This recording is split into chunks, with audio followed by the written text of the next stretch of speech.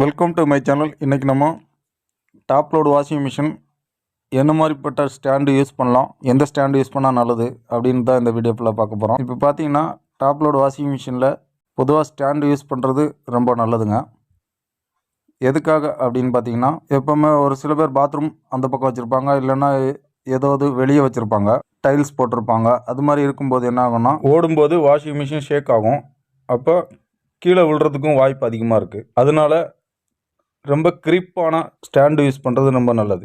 அப்படியே யூஸ் பண்ணிட்டு இருந்தீங்கன்னா வாஷிங் மிஷின் உள்ளே இருக்க ட்ரம் வந்து ஒன் சைடாக வர ஆரம்பிச்சிடும். அப்புறம் நிறைய ப்ராப்ளம் வர ஆரம்பிக்கும். பார்த்தீங்கன்னா இதை பார்த்தா தெரியும், ஒன் சைடாக இருக்குது பாருங்கள். இது மாதிரி ஒன் சைடாக இருக்கக்கூடாது. வாஷிங் மிஷின் எப்போவுமே ஈவனாக தான் இருக்கணும். ட்ரம்மு ஃபுல்லாக உள்ளே ஃபுல்லாக ஈவனாக இருந்தால் மட்டும்தான் பெஸ்ட்டான பெர்ஃபார்மன்ஸோட அந்த வாஷிங் மிஷின் ஒர்க் ஆகும். இல்லைன்னா அடிக்கடி ப்ராப்ளம் வந்துட்டுருக்கோம். அந்த மாதிரி இஷ்யூலாம் நம்ம என்ன மாதிரி ஸ்டாண்டு யூஸ் பண்ணலாம் பார்க்கலாம். இப்போ பார்த்தீங்கன்னா இந்த ஸ்டாண்டு பாருங்கள், இது வந்து ஹெவி ஸ்டாண்டு. எலி எதுவுமே உள்ளே போகாமல் இருக்கிறதுக்காக நெட்டு யூஸ் பண்ணியிருக்காங்க. இந்த ஸ்டாண்டில் பார்த்தீங்கன்னா இந்த நெட்டு கூட ரொம்ப குவாலிட்டியாக இருக்கும். எந்த ஒரு இதுவும் டேமேஜ் ஆகாத மாதிரி நல்ல குவாலிட்டியாக கொடுத்துருக்காங்க பாருங்கள். ரொம்பவே குவாலிட்டியாக இருக்குது. புஷ்ஷு கொடுத்துருக்காங்க பாருங்கள். டைல்ஸில் ஸ்லிப் ஆகாமல் இருக்க புஷ்ஷு கொடுத்துருக்காங்க. நீங்கள் எடுத்துகிட்டு போகிறதுக்கு வீல் கொடுத்துருக்காங்க. எல்லா ஆப்ஷனும் இருக்குது.